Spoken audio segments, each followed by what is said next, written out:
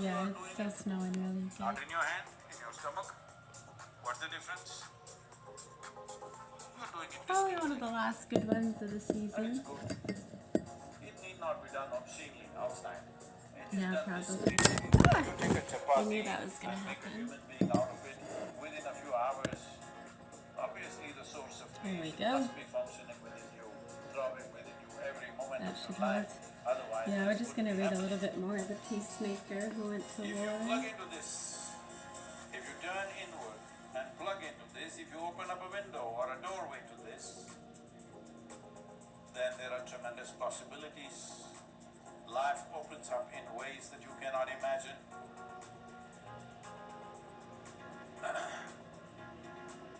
If you consider yourself just a certain number of kilograms Just of taking a flesh, few slow bone, breaths before I and a start few thoughts and reading. emotions, well, nothing wrong, just limited. What's that hair?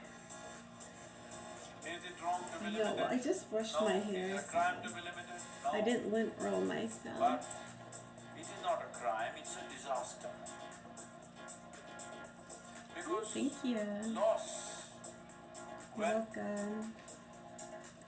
Is that music okay for reading? It's kind of a little too speedy, I don't know.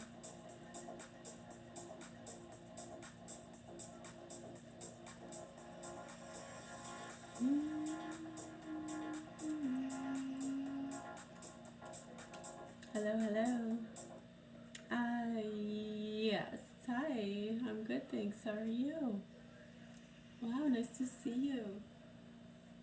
Are you gonna come in and join the other class?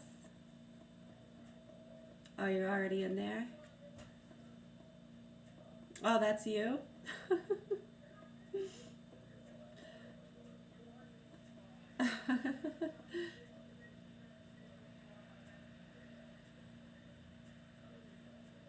A bit surprising, but not really. I kind of figured. For that one, yeah. Oh, wow, too funny.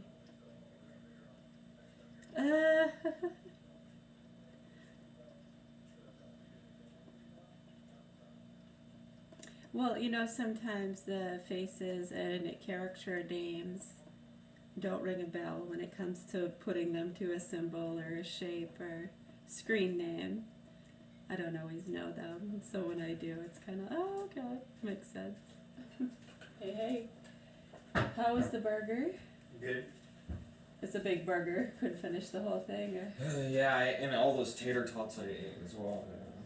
Those burgers are huge, aren't they? The steakhouse ones. Yeah. It was good though? Yeah. Yeah.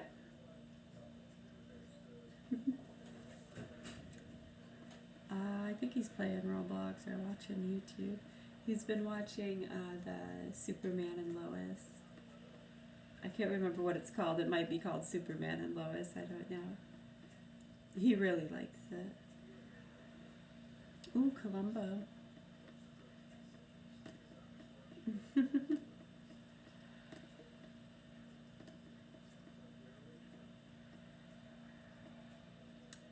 Okay, yeah, I see it. One sec. And maybe this one. Alright, thank you.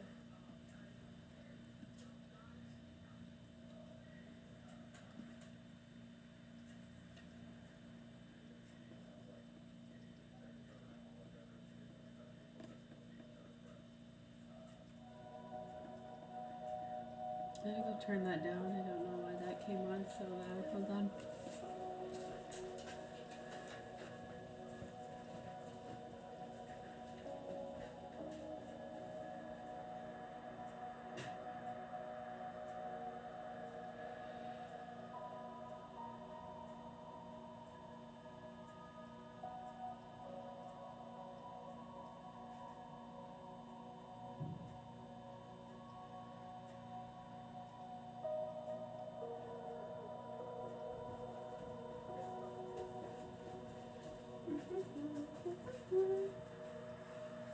Yeah. No, sometimes when it changes different videos, this volume will be way louder. think it's all on the settings they have it on. Thank you. Alright, were we on page 50 or 51?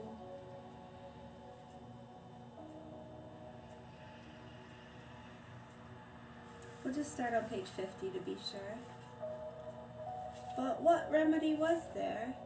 Revolution was the only answer. They would have to overthrow the regency and declare the master of Aviz, King of Portugal. The master of Aviz, A-V-I-Z. Did you look at the history there? Yeah, that's interesting. They would have to overthrow the regency and declare the master of Aviz, King of Portugal. Nuno shared his fears and thoughts with one of his uncles, Rai Prieria, who was also at the obsequies.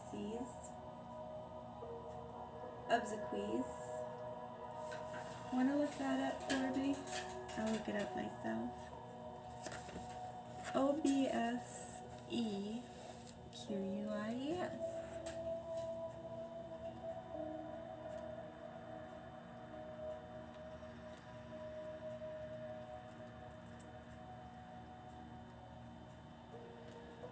Obsequies. Obsequies, thank you. Obsequies. Obsequies.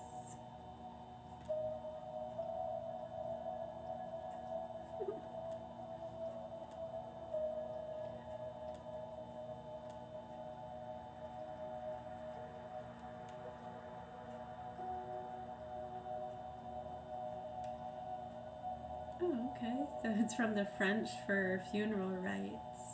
That makes sense. Dutiful service. Obsequies.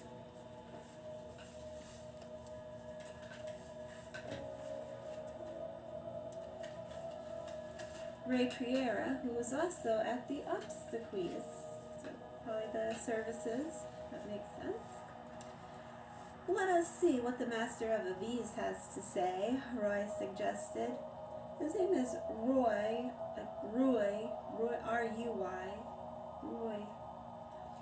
They sought him out and expressed their hope. At first the master declined. A shrewd statesman for all his youth, he feared that the people, weakened under the government of Ferdinand, would not comprehend the high ideal of independence to which he aimed, and that they would not accept him. Why not approach Alvaro Pais, ex-chancellor of your father, King Peter? Nuno suggested. He is loved by the people. For the independence of Portugal, he would support you. Delicately, the conspirators approached the old ex-chancellor with their plan. The elderly statesman's eyes flashed, and a new vigor seemed to quicken his enfeebled frame. You can count on my support, he said, unto death. With things coming to such a pass, Nuno was not sure of himself. He was not sure that he was pleasing his lady in heaven, that he was not about to sully her scapular token with a wrong deed.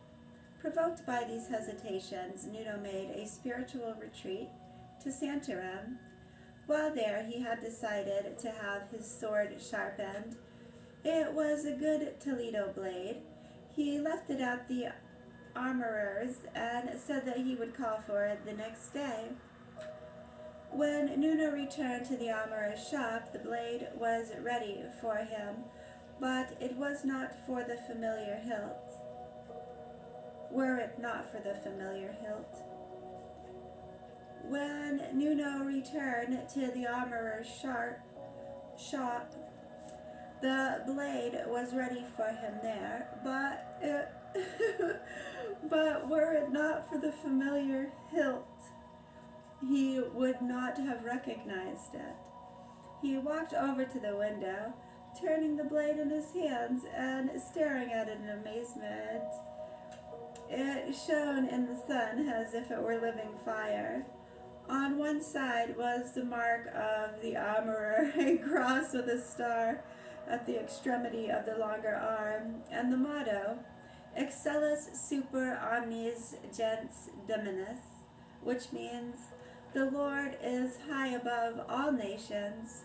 On the opposite side was the flowered cross of the Alvarez, interwoven with letters that read, "To Don Nuno Alves." Above this, its 5 letters piercing his heart with an inexplicable thrill of pleasure and devotion, stood the holy name, Maria.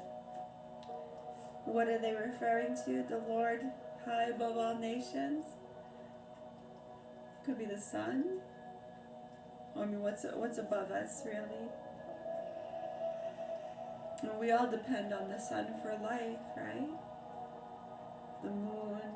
It's interesting, you think of the years that humanity has spent learning about gravitational pulls and energy, just the ease of living we have today compared to not too long ago. It's pretty incredible.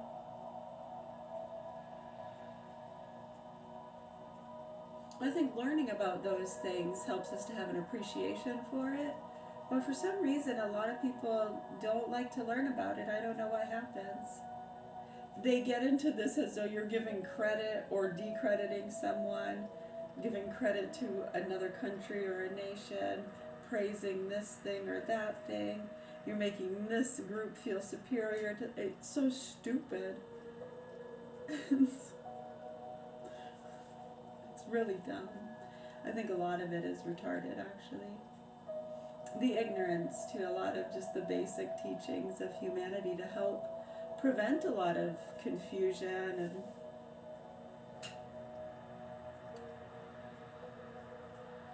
it seems to be a business. I think that's what people have been talking about for decades, our whole lives, really. I think even before we were born, and how to keep that in check and not let it get too out of control.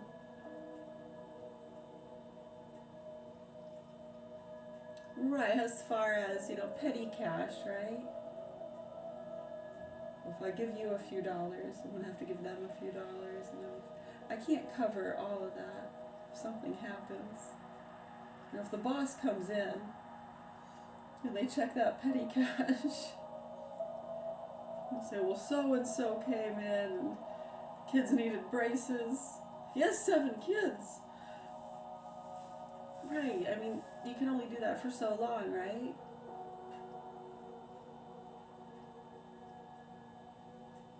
Where do you cut it off? I know, well, that's not fair. And then all the other ones want to point out the ones who you were nice to. Maybe bent the rules a little bit. I know, it's just really stupid stuff over and over and over again. What's fair and equal? It gets dumb and retarded.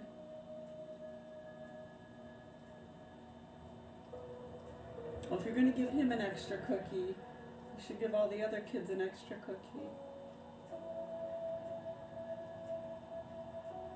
I just want him to have one to take home.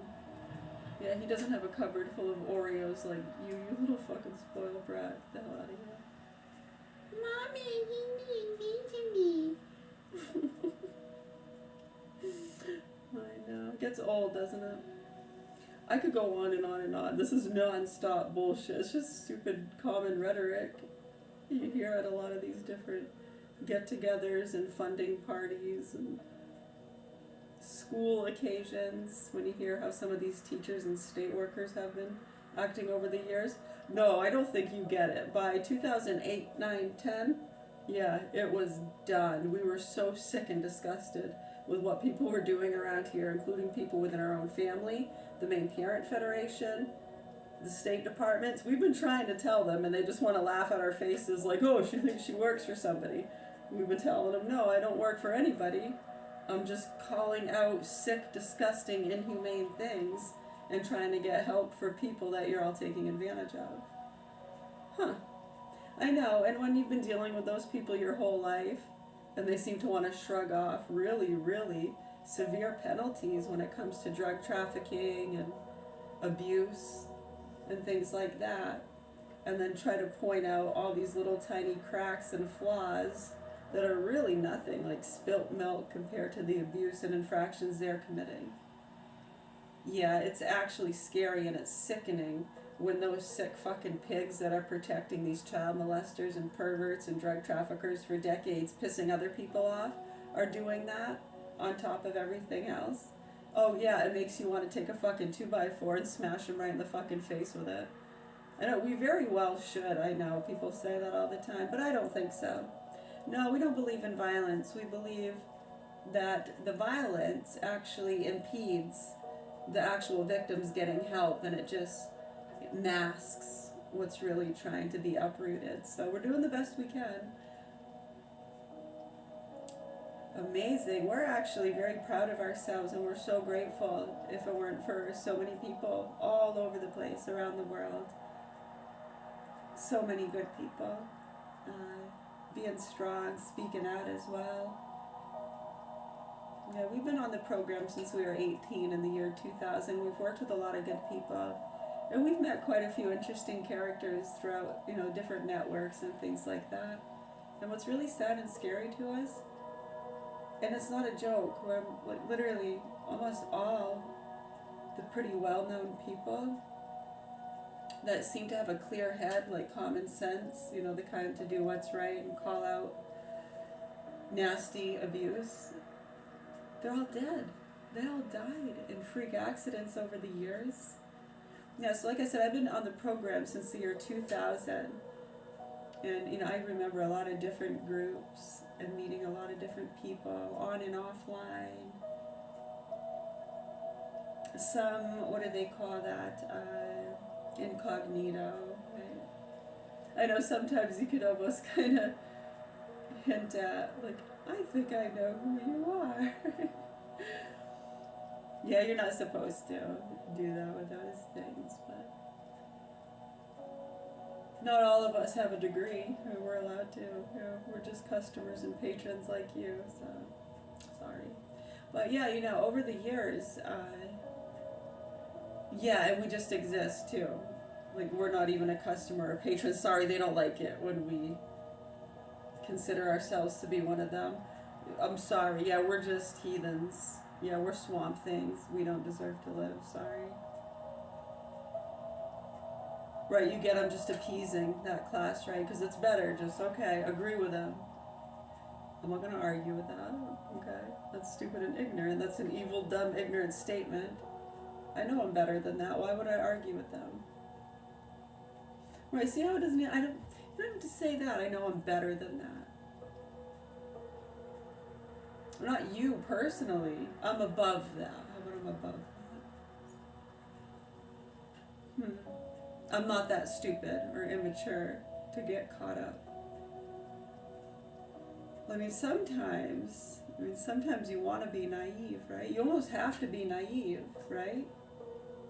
You see it all the time, people turning their heads to horrible abuse. Drug trafficking, illegal infractions. Right? These are just innocent junkies, wouldn't hurt anybody. We're sick of criminals and violent people getting away with crime while they arrest these innocent druggies. I know. We've been on these programs our whole lives, even before we were 18 and put on them legally. We were already on them. Have you not been listening? Right. So it's amazing that a lot of the people within those networks, now when you look back, some of the ones within those networks who tried to say stuff but pulled back, they didn't get killed or die in weird ways or lose all their deals, did they?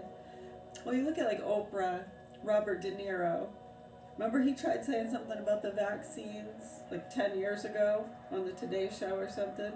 Yeah, he tried saying something, and you saw the fucking claws go in, right? And he backed up. Hadn't said a word about it. Trump hater. People are fucking gone, dude. It's sad. That's the blindness. That's what people are talking about, the psychosis. And when you try to tell them that, it's like, who are these pothead minions living with their parents telling us we're in a psychosis? We're not going to have this. You know, and then they got to play these games of being more astute and more well-spoken and educated. How many languages can you speak? Shut the fuck up. Right. Foutoir, foutoir. For crying out loud, people, what the fuck is wrong with you? It's so sad and disgusting to us. But yeah, a lot of the ones we met throughout those groups, I could start naming them. Norm Macdonald, Bob Saget, George Carlin, Bill Hicks. It's non-stop. What'd you do to Malcolm? Hmm? Yeah, what they did to Norm Macdonald was really fucking sad and scary. And when you look at the timing and what was going on, and people trying to say things, don't listen to them. They're crazy conspiracy theorists. They're gonna make you eat maggots and drink carrot juice. Their kids are gonna die of cancer because they didn't do the treatment. We're gonna catch it in time and give you these stem cells, Mr. McDonald. Yeah, they totally fucking lied to him. He didn't need that stem cell. He blew the fuck up and he died. They killed him. That was murder in our eyes. Point blank, plain and simple. But the courts don't see it that way, and they never will, because that's our justice system. Right, as human beings, we can kind of go, yeah, obviously, there was some meddling there. Right, so it's not as though our systems are fucked and are protecting murderers, right? Right, that's for your safety too, because those things could be very easily manipulated to make it look that way when it's not you, and then you're going to jail for something someone else did. I know, it's the double jeopardy kind of thing, double-edged sword, yeah. I mean, we could name so many more. It's endless. It makes you sick. And then when you start looking into those networks and people and the ones around them who go along with the bullshit marketing scams, whether it's prescription drugs, the transgender bullshit, the sovereign rights, Iran, notice how they're all fucking freaking out about a certain nation or country or fearing. China, they want to take over the world, Putin. Kremlin, what the fuck, Russia, China collusion, shut the fuck up. You're an idiot. You're a fucking moron. You're protecting fucking pedophiles and murderers and sick fucks, pushing prescription drugs and alcohol on children. What they've been doing over the years is so disturbing and disgusting. Trying to justify it has gotten a lot of people killed. Trying to cover it up. Over the years, they've been blaming my parents for the stuff they say, and then when we try to explain to them they're repeating shit out of the juggies and trunkies' mouth. They're protecting sluts and pieces of shit. And when you go back, you'll see it. I know, the private investigator in 2009 tried to tell them. He was dating their other daughter, my sister. Well, you know, we've pretty much been disowned, so I'm just for people to understand the relation.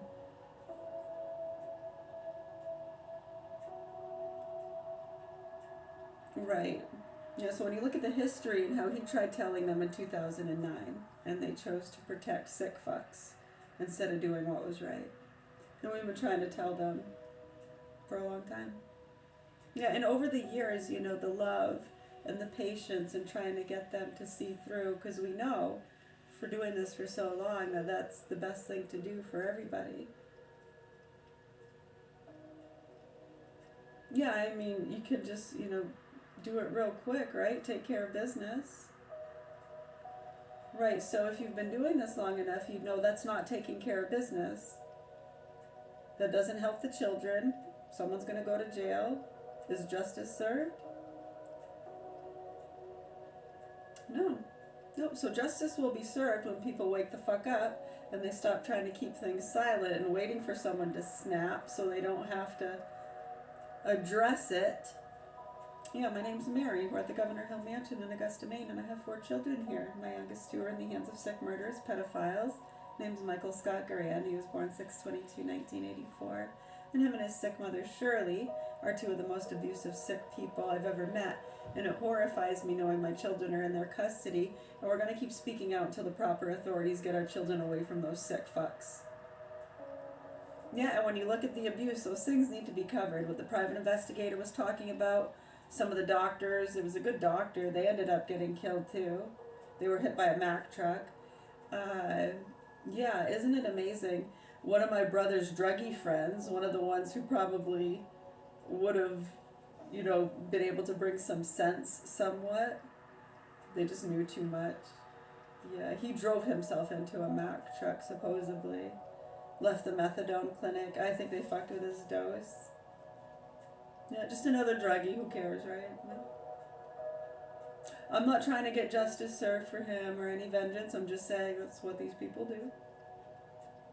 And because of the cartel and drug associations, they play these games all day long and fuck with people, and innocent people get killed while they do their fucking bullshit sting operations. And we've been telling them that for years. Yeah, and it seems like they're just trying to cover that shit up, hoping that people get focused on the little teeny boppers and feeders and chasers with the child pedo stuff, and Alex Jones and Joe Rogan and all them have been getting people worked up, promoting the UFC fighting and drugs and psychedelics, and wow. Joey, better fuck you.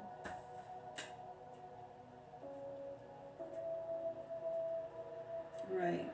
Right, I know, just you gotta wake up to that, I guess, or you don't. You can carry on in whatever marketing, fake, fucking nasty world you want to carry on in while innocent people get killed and fight the good fight and serve humanity.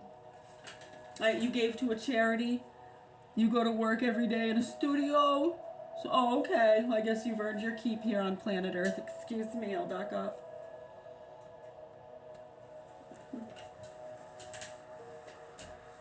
I hope so. The Lord is high above all nations. Excellus super omnis gentis dominus. Did I say it right? On the opposite side was the flowered cross of the Alvarez, interwoven with letters that read, to Don Nuno Alves.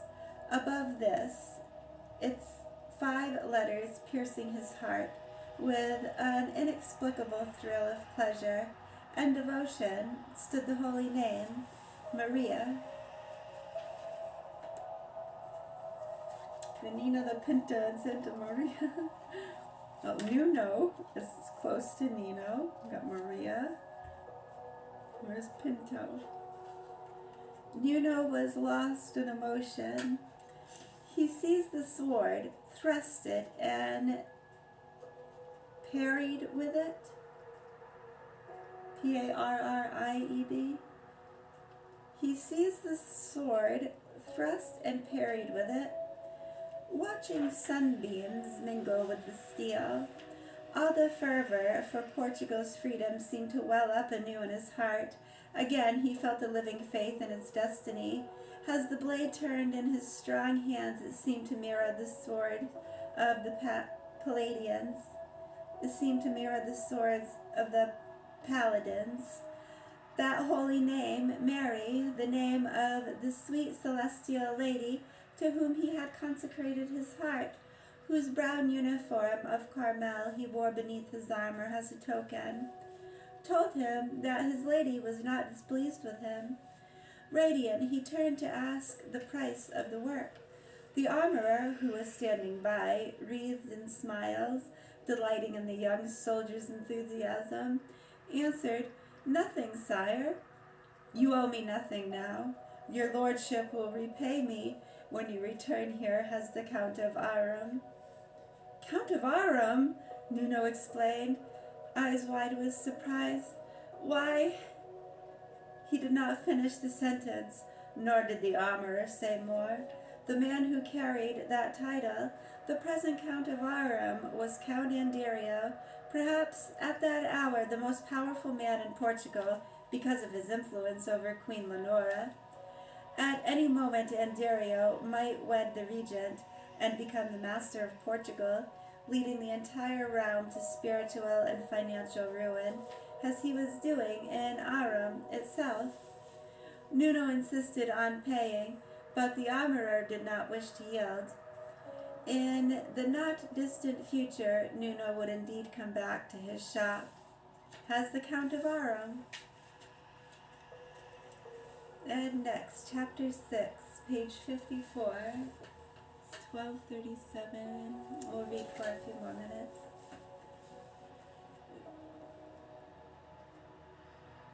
Very few hagiographers, look that up, Hagiographers.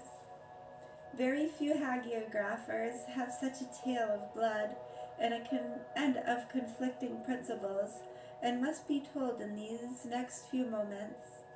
There is variety among God's spiritual heroes. Inscrutable are his ways, who led his chosen people to their land under the generalship of Joshua and by force of arms, and who later said, "They who take the sword shall perish by the sword." The Sermon on the Mount, which proclaimed the spiritual nature of man and blessed those who would make peace, perhaps contains the answer. Some can make peace by never taking the sword. Sometimes peace can be made in no other way than by the sword. But blessed are they who make it. Nuno was, for all his manly love of adventure, a peacemaker. He wanted to fight John of Anceres, a great Castilian warrior, to settle the war with his own blood, rather than risk the lives of many in a long and bloodthirsty battle. And when he saw that revolution against the wicked queen was the only hope for spiritual and national safety in Portugal, he was hesitant. Were it not for the apparent miracle of his sword in the armorer's shop of Santarém, the history of Portugal might never have been written. The country might never have become a nation. We'll pause there. You're welcome. Cheers. Yes, thank you.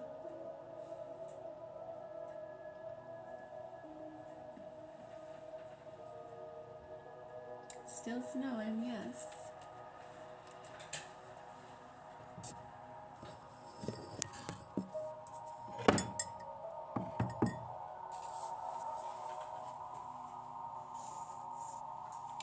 Looks like we got at least an inch.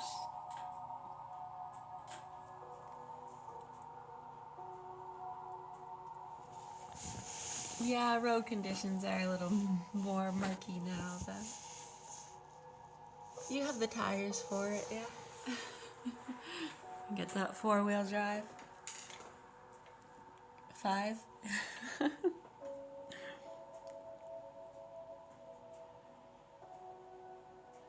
Alright, we'll do more reading in a little bit.